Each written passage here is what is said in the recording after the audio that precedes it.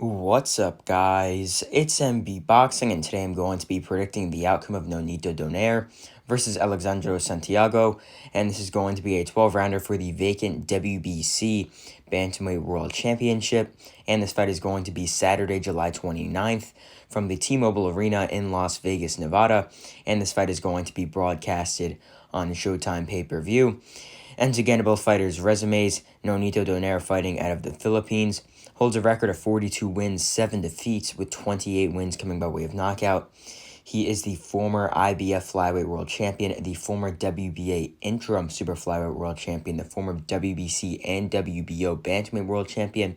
He's also the former WBO and IBF Super Bantamweight World Champion, and the former WBA Featherweight World Champion, as well as the former WBO Super Bantamweight World Champion, and the former WBA Bantamweight World Champion, the former WBC Bantamweight World Champion as well. As you could tell from all those accolades I listed, he is a legend of the sport, has won titles, and I believe 4 weight classes. He's also the number 1 rated WBC Bantamweight right now, which is why he's getting the title shot.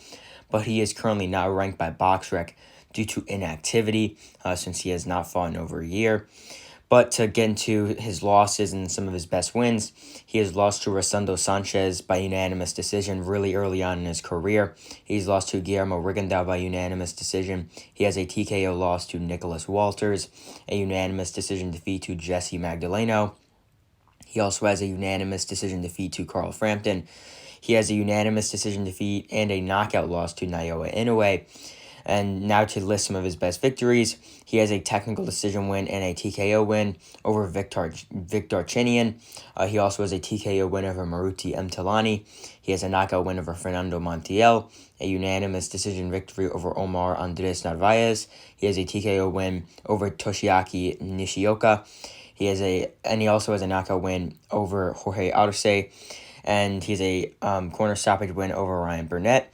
And in some of his more recently best victories, he has defeated Raymar Gaballo by knockout, and he also defeated Nordine Ubali by knockout to become the WBC Bantamweight World Champion. But to get his opponent's resume, Alexandro Santiago, fighting out of Mexico, holds a record of 27 wins, 3 losses with a whopping 5 draws, and 14 wins coming by way of knockout.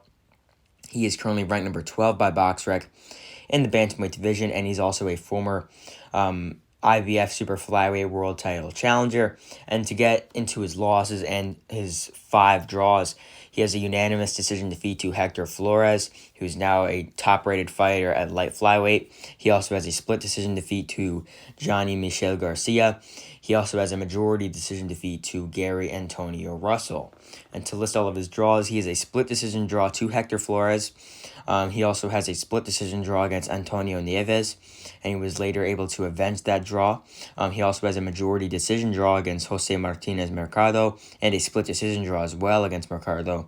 He also has a split decision draw against former IBF champion Jerwin Encajas, and that was for the world title. But to list some of his best victories, he has a majority decision win over Wilibaldo Garcia. He has a unanimous decision victory over David Carmona. And most recently, he defeated Antonio Nieves, like I mentioned before, avenging that draw, defeating him by corner stoppage. So in my opinion, this is a very, very solid fight, especially for a vacant world title. Both these guys, I think, have earned the shot. Santiago has put on some very solid performances in recent time, and Donaire, even though he did lose by KO to Inoue in that rematch brutally, he still had some very, very good performances, especially with his wins defeating Gaballo and Ubali recently in the past year and a half. But, I mean, he was the WBC champion prior to obviously Inoue defeating him, and then Inoue moving up, so that is why the title is vacant for this one. And, I mean, I'm just really excited to see this one. I think it's actually going to be a really, really good fight, a really solid one. And just to break this fight down round by round, I think that the earlier half of this fight is going to be fought more in favor of Nonito Donaire. I think that Donaire is going to have a pretty good start in this one. Even though Donaire is 40 years old, I mean, who knows if Father Time is going to catch up to him, because he did get really obliterated in his last fight. So who knows if he's really all there, but I'm I have the feeling that he's definitely going to be able to still put on a very solid performance and get the job done, but I think it's going to be a really, really tough test for him against Santiago. But in the earlier part of this fight, I think that Donaire is going to be fighting pretty technically. He's going to be trying to land that left hook on the outside at mid-range. I don't think he's really going to be pressing Santiago because Santiago himself is a pressure fighter. And Donaire can fight going forward, and he could fight pretty solidly like at mid-range a bit. So I think he's going to be fighting at mid-range, trying to land some counters on the outside, trying to pick his shots, trying to just score points in those rounds, maybe try and score a early knockdown to get some points with that left hand.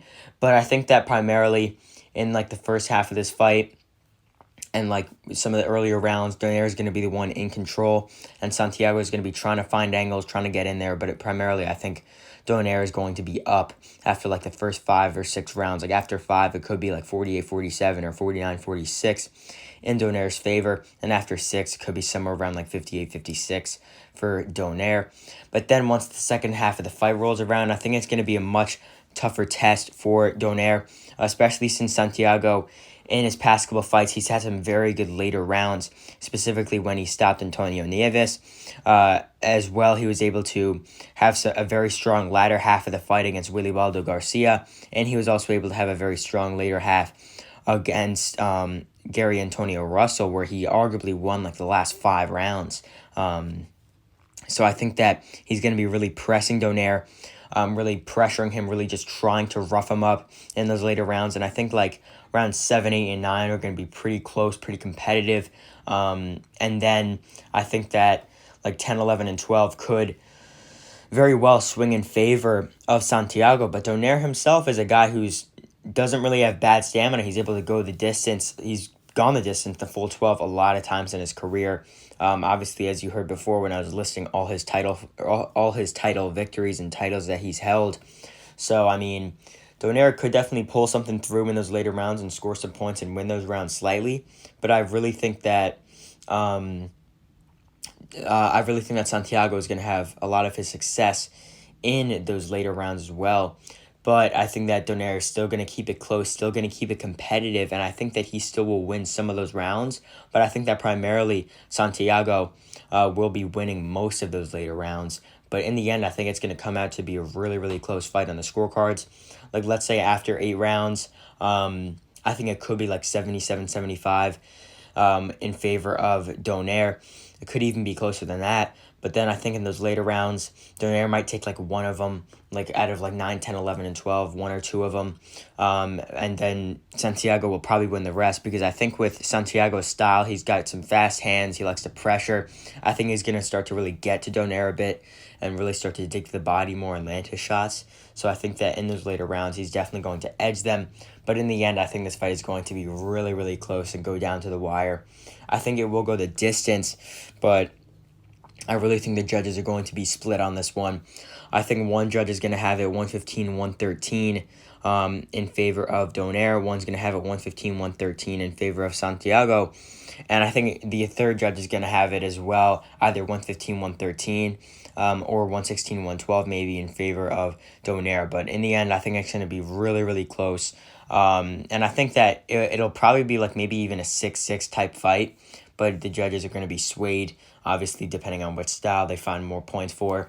But I think it'll probably be a split decision victory for Nonito Donaire, so I'm picking him to win on points in this one, specifically by split decision. But I think it's going to be just any type of close decision for Donaire, but specifically maybe a split or majority.